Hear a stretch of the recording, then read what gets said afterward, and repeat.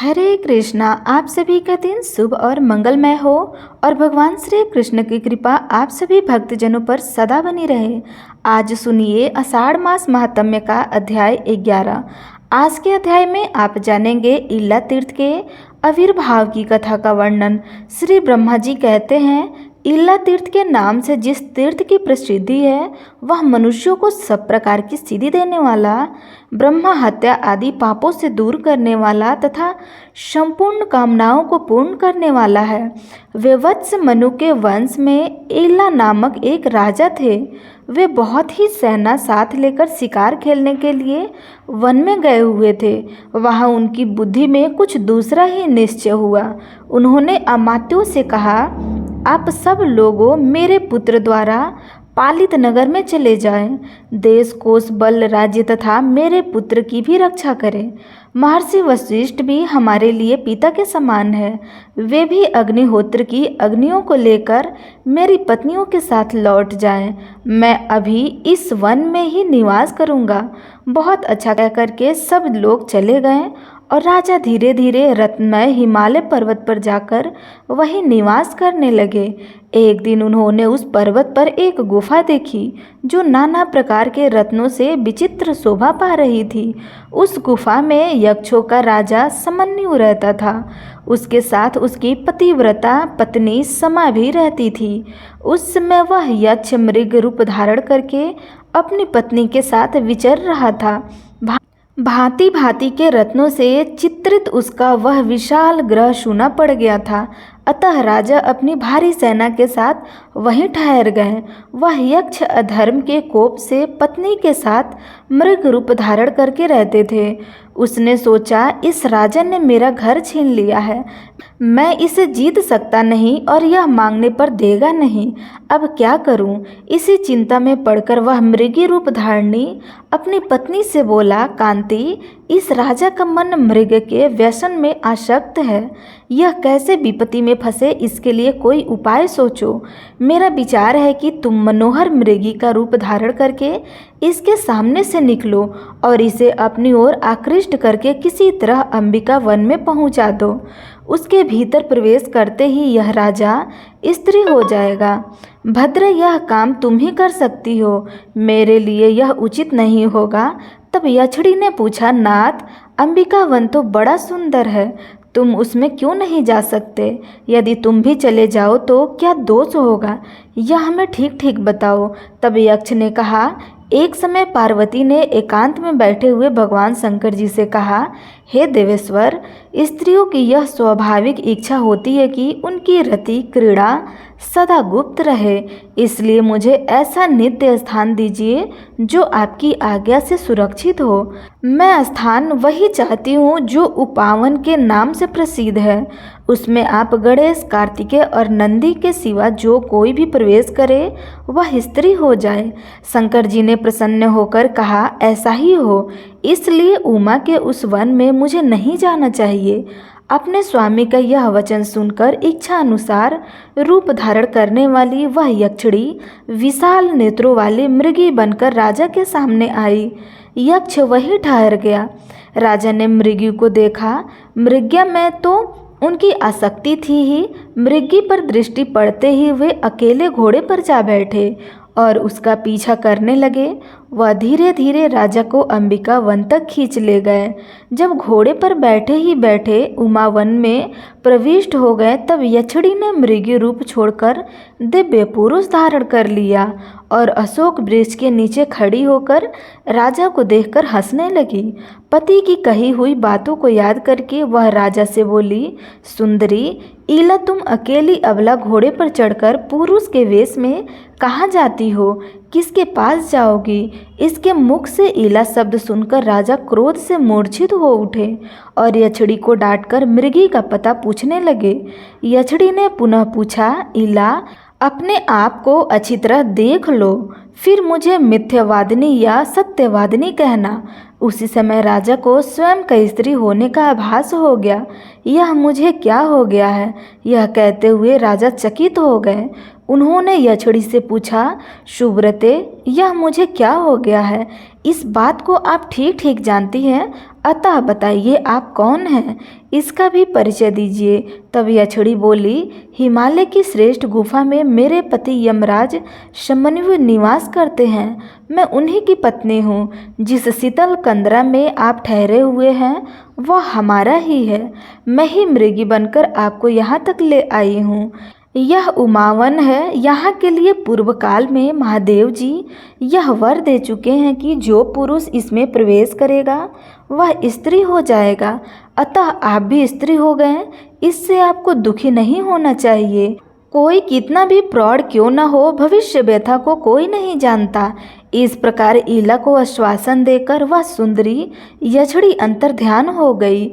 उसने पति से सारा हाल कह सुनाया। यक्ष भी यह सुनकर बहुत प्रसन्न हुए। इधर ईला गाती और नृत्य करती हुई उमा वन में ही रहने लगी। वह कर्म की गति का स्मरण करती हुई स्त्री स्वभाव के अनुसार ही चेष्टा करती थी।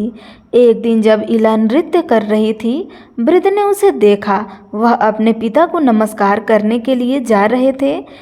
ईला पर दृष्टि पड़ते ही उन्होंने यात्रा स्थगित कर दी और उसके पास आकर बोला, देवी तुम स्वर्ग में रहकर मेरी प्रिय पत्नी हो जा। ईला ने भक्तिपूर्वक बुद्ध की आज्ञा का अभिनंदन करके उसे स्वीकार कर लिया।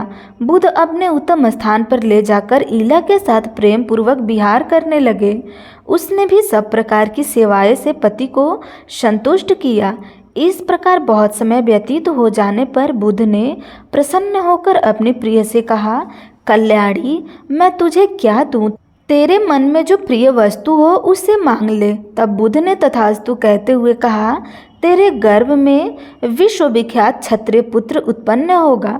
उससे चंद्रवंश की वृद्धि होगी। वह तेज में सूर्य, बुद्धि में बृहस्पति, क्षमा में पृथ्वी, युद्ध संबंधी पराक्रम में भगवान विष्णु तथा क्रोध में अग्नि के समान होगा। समय आने पर महात्मा बुद्ध का पुत्र उत्पन्न हुआ। उस समय देवलोक में सब लोग जय जयकारा का शब्द गूंज रहा था। उसके जन्मोत्सव में सभी प्रधान देवता आए हुए थे। मैं भी बड़ी प्रसन्नता के साथ उसमें सम्मिलित हुआ। वह बालक जन्म लेते ही उच्च स्वर से रोया था। अतः वहां एकत्रित हुए देवताओं तथा ऋषियों ने एक दूसरे से कहा, इस बालक ने पूर्व अर्थात अत्यंत उच्च स्वर से रौ अर्थात शब्द किया है, अतः इसका नाम पुरुरवा होना चाहिए। सबने संतुष्ट होकर यही नाम रखा। इसके बाद बुद्ध ने अपने पुत्र को क्षत्रिय उचित विद्या पढ़ाई और प्रयोग सहित धनुर्वेद का ज्ञान कराया। पूर्वा शुक्ल पक्ष की चंद्रमा की भांति शीघ्र ही बढ़कर बड़ा हो गया। उसने अपनी माता को दुखी देखकर विनती भाव से नमस्कार करके कहा, हे माता जी, बुद्ध मेरे पिता और आपके प्रियतम पति है। मुझ जैसे कर्मठ पुरुष आपका पुत्र है, फिर आपके मन में चिंता किस बात की है? यह सुनकर ईला बोली, बेटा ठीक कहते हो, बुद्ध मेरे स्वामी है और तुम मेरे गुणकार पुत्र हो। अतः मुझे पति और पुत्र के लिए कभी चिंता नहीं होती। तथापि मेरे मन में पहले का ही कुछ दुख है, जिसका बारंबार स्मरण हो आने से मैं चिंता में डूब जाती हूँ। पुरुरवा ने कहा, माँ पहले मुझे अपना वही दुख बताइए। तब ईला ने पुरुरवा को इवाकू वंश का परिचय देते हुए अपने जन्म, नाम, राज्य प्राप्ति, पुत्र जन्म, पुरोहित, वशिष्ठ, प्रिय पत्नी, वन में आगमन, हिमालय की कंदरा में निवास, उमावन में प्रवेश, स्त्रीत्व की प्राप्ति, बुद्ध से समागम, प्रेम तथा पुनः पुत्र जन्म आदि से संबंध रखने वाली सब बातें कह सुनाई। यह सुनकर पुरुरवा ने माता से पूछा, मैं क्या करूं? क्या करने से शुभ परिणाम होगा? तो ईला बोली, बेटा तुम्हारे अनुग्रह से मैं पुरुषत्व की प्राप्ति, उत्तम राज्य तुम्हारा तथा अन्य पुत्रों का अभिषेक, दान देना, यज्ञ करना तथा मुक्ति के मार्ग का अवलोकन करना आदि सब कुछ चाहती हूँ।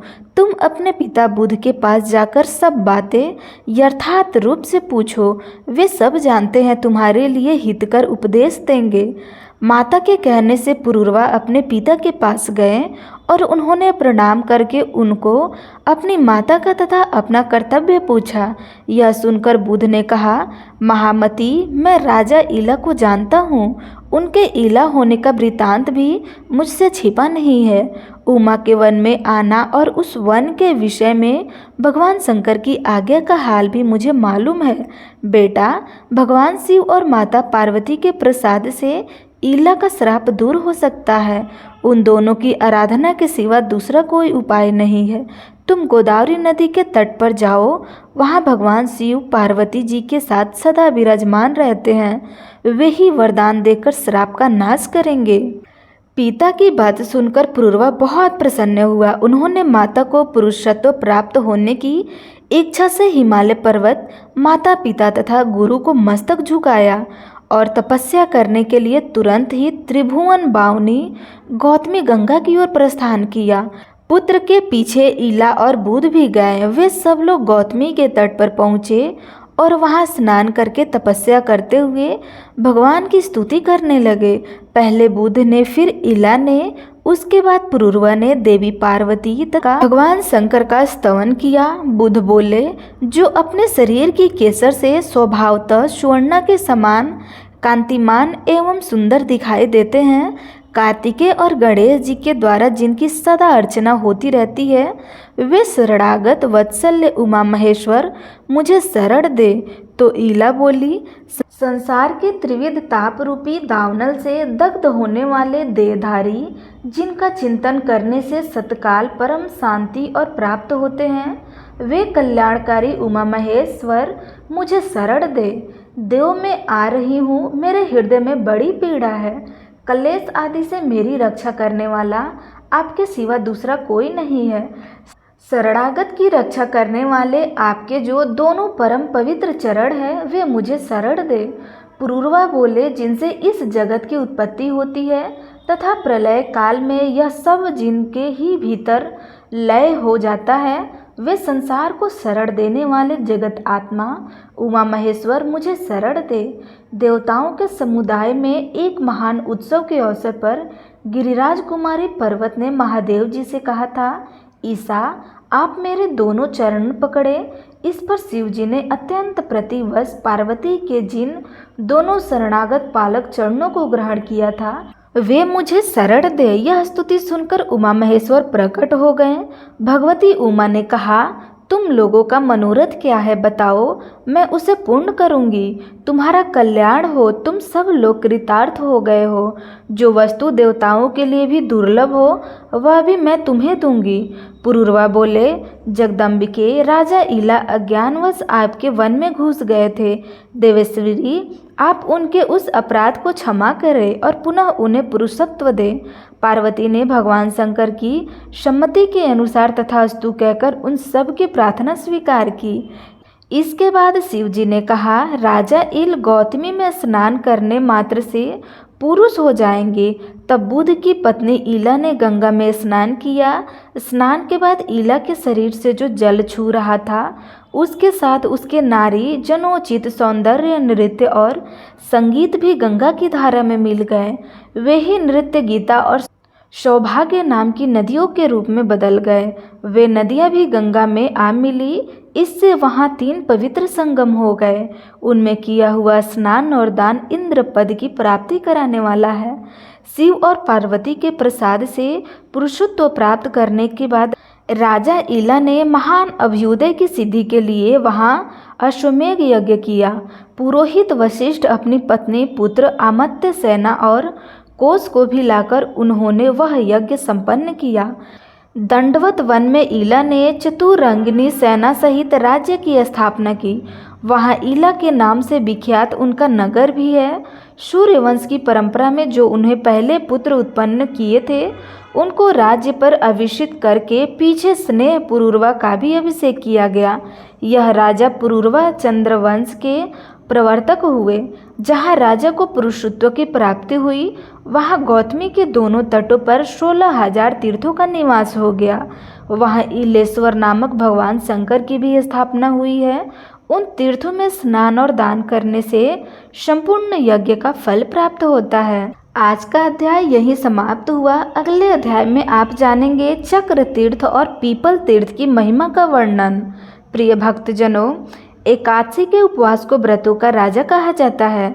जिस तरह शेर को जंगल का राजा कहते हैं, उसी तरह शास्त्रों में कहा गया है कि एकादशी व्रत में अन्न नहीं खाते हैं तथा एकादशी व्रत के नियमों का पालन करते हैं। उन्हीं नियमों में से एक नियम है कि एकादशी व्रत में चावल नहीं खाया जाता है। एकादशी व्रत में चावल खाने वाले अगले जन्म में पिशाच की योनि में पैदा होते हैं या फिर गोबर के कीड़े बनते हैं। इसलिए एकादशी व्रत में चावल खाना वर्जित होता है। एकादशी व्रत की इतनी बड़ी महिमा होने के बाद भी जगन्नाथपुरी में एकादशी व्रत के दिन कोई भी नियम लागू नहीं होता है। वहाँ एकादशी व्रत में आज भी चावल की खिचड़ी खाई जाती है। इससे उनको कोई दोष भी नहीं लगता है, अपितु एकादशी व्रत का पुण्य फल भी मिलता है। तो प्रिय भक्तजनों, है न ये चौंका देने वाला रहस्य। तो आइए इस संबंध में एक पौराणिक कथा का श्रवण करते हैं। जगन्नाथपुरी में महाप्रसाद की बड़ी महिमा होती है। एक बार अगर जगन्नाथपुरी के प्रसाद को किसी ने खा लिया तो उसके शरीर में कोई पाप दोष शेष नहीं रहता। सभी पाप धुल जाते हैं और उसका किया हुआ पुण्य भी कभी क्षीण नहीं होता है। भगवान जगदीश के प्रसाद को खाने के लिए पूरा जगत हाथ पसारता है। भगवान जगन्नाथपुरी के प्रसाद को खाने के लिए कोटि देवी देवता भी तरसते हैं। इस प्रसाद को देवता ही नहीं बल्कि इंसान, जानवर, पशु पंछी तक खाने को ललायित रहते हैं। पुरी के प्रसाद की यह महिमा है कि वहाँ प्रसाद कभी खत्म नहीं होता, जब तक कि प्रत्येक मनुष्य को प्रसाद का एक एक कण नहीं मिल जाता। हाथी को मण और चींटी को कण जरूर मिलता है। तो आइए पवित्र पावन पाप नाशनी कथा का श्रवण करते हैं। एक बार की बात है, एक साधु जो जाना माना त्रिकालदर्शी था, वह एकादशी व्रत वाले दिन भगवान जगन्नाथ के दर्शन के लिए पुरी में पहुंचा। दर्शन करने के बाद महाप्रसाद का दोना लेकर वह मंदिर की सीढ़ियों में बैठ गया तो उसने मंदिर की सीढ़ियों के नीचे एक काली कुतिया को देखा, जिसके पूरे शरीर में खुजली हो रही थी। वह भूख और दर्द से कराह रही थी। साधु ने उसके कर्मों को जानने के लिए उसके पूर्व के 7 जन्मों में पहुंच गया। वह कुतिया अपने पहले जन्म में एक अमीर सेठानी थी। उस जन्म में उसने पुत्र के लालच में 3 बच्चियों के गर्भ में ही मरवा दिया था। उसे उस पाप दोष के कारण के बाद भी भगवान ने पुनः उसे मनुष्य की योनि में डाला। दूसरे जन्म में वह कुम्हारनी बनी। इस जन्म में भी उसने बहुत बुरे कर्म किए। वह अपनी ही बहू के साथ अन्याय करती थी। जब उसकी बहू पेट से थी तो वह उससे बहुत ज़्यादा काम काज करवाती थी। भोजन भी भरपेट नहीं देती थी, जिससे उसके गर्भ में पल रहा शिशु मर गया। कुम्हारिन को फिर से यही दोष लग गया। इस तरह 7 जन्म तक भगवान ने उसे मनुष्य की योनि में पैदा किया कि शायद किसी न किसी जन्म में वह अपने पुण्य कर्म कर सके तथा अपने पूरे कर्मों का जन्म पश्चात कर सके। लेकिन 7 जन्म में मनुष्य योनि पाकर भी वह बुरे कर्म में लिप्त रही। उसे अपने 7 जन्मों के पाप दोष के कारण वह इस 8वें जन्म में कुतिया बनी। यह अपने पिछले 7 जन्मों के पापों को भोग रही थी। साधु ने अपने मनोबल से यह सब कुछ देख लिया। कुतिया आगे भी 6 जन्मों में इसी तरह कुतिया बनकर दुख भोगेगी। तो साधु को उस कुतिया पर बड़ी तरस आई, बड़ी दया आई। साधु ने सोचा कि अगर यह कुतिया भगवान जगन्नाथ के महाप्रसाद को खा लेगी तो यह अपने पाप दोष से छूट जाएगी और आगे के जन्म में भी उसे कुतिया का जन्म भी नहीं मिलेगा। इसके सारे पाप क्षीण हो जाएंगे। तब साधु ने महाप्रसाद में से आधा प्रसाद एक पत्तल में डालकर उस कुतिया को खाने के लिए दे दिया और वहाँ से चले गए। तभी ब्रह्मलोक में से ब्राह्मणी जी जगन्नाथपुरी में भगवान जगदीश के महाप्रसाद को खाने के लिए पहुँचे। प्रिय भक्तजनों, लेकिन तब तक भगवान जगदीश के महाप्रसाद का भोजनालय कक्ष बंद हो चुका था। तब ब्रह्मा जी ने देखा कि मंदिर की सीढ़ियों के नीचे एक काली कुतिया पत्तल में से महाप्रसाद के चावल चाट चाट कर खा रही थी। ब्रह्मा जी ने आओ देखा न ताव देखा, वे कुतिया के पास बैठ गए और चावल खाने लगे। उस समय ब्रह्मा जी ने एक साधु का रूप बना रखा था। उस दिन एकादशी तिथि थी। एकादशी माता ने बैकुंठ में बैठे बैठे देखा कि ब्रह्मा जी एकादशी व्रत में कुतिया के जूठे चावल खा रहे हैं। तभी एकादशी माता वहाँ प्रकट हो गई और ब्रह्मा जी के ऊपर हंसने लगी और बोली कि हे पितामह, हे ब्रह्मा जी, आप एक साधु का वेश बनाकर कुतिया के जूठे चावल खा रहे हैं। यह सब तो ठीक है, लेकिन आज एकादशी तिथि है। आज एकादशी व्रत में आप चावल खा रहे हैं। ऐसा कहकर के एकादशी माता ब्रह्मा जी के ऊपर हंसने लगी और उन्हें ताने देने लगी। ब्रह्मा जी बेचारे बैठे बैठे सोच में पड़ गए। तभी जगन्नाथ भगवान वहाँ प्रकट हो गए और एकादशी माता से कहने लगे कि हे एकादशी देवी, यह जगन्नाथपुरी है और यह मेरा महाप्रसाद के चावल और खिचड़ी है। यहाँ पर तुम्हारा कोई भी प्रभाव नहीं होगा। जगन्नाथपुरी में मेरा प्रसाद किसी भी दिन खाया जा सकता है। यह मेरा प्रसाद तुमसे तो क्या, मुझसे भी बड़ा पवित्र है और पावन भी है। यहाँ पर मेरा प्रसाद एकादशी व्रत में ही खाया जा सकता है। जो एकादशी व्रत में मेरे प्रसाद को खाएगा तो भी उन्हें एकादशी व्रत का पुण्य फल प्राप्त होगा और उनका पुण्य कभी भी क्षीण नहीं होगा। कहा जाता है कि तभी से भगवान के श्राप के कारण एकादशी माता जगन्नाथ मंदिर में पीछे की तरफ उल्टी लटकी हुई है। इसलिए कहते हैं कि जगन्नाथपुरी में अगर आप एकादशी के दिन महाप्रसाद के चावल या खिचड़ी खा लेंगे तो भी आपको एकादशी का पूर्ण फल प्राप्त होगा। साधु ने जिस कुतिया को महाप्रसाद के चावल खिलाए वह अगले जन्म में एक ब्राह्मण की कन्या के रूप में पैदा हुई। जगन्नाथपुरी के महाप्रसाद को पाने के लिए ब्रह्मा जी ने कुतिया के जूठे चावल एकादशी व्रत में खाए। आज भी जगन्नाथपुरी के महाप्रसाद को पाने के लिए क्या राजा, क्या फकीर, क्या इंसान सभी कतार में हाथ पसारे खड़े रहते हैं। वहाँ प्रसाद वितरण में कोई भी भेदभाव नहीं किया जाता है। इसलिए अगर आप जगन्नाथपुरी में भगवान जगन्नाथ के दर्शन करने पहुँचते हैं तो उस दिन एकादशी तिथि है और आपका एकादशी का उपवास है, तो महाप्रसाद में मिले चावल और खिचड़ी अगर आप खा लेंगे तो आपका एकादशी का व्रत खंडित नहीं माना जाएगा। आपके जीवन भर के समस्त पाप धूल हो जाएंगे। आपका पुण्य कभी भी क्षीण नहीं होगा। तो एक बार प्रेम से बोलिए जगन्नाथ भगवान की जय। श्री हरि विष्णु भगवान की जय।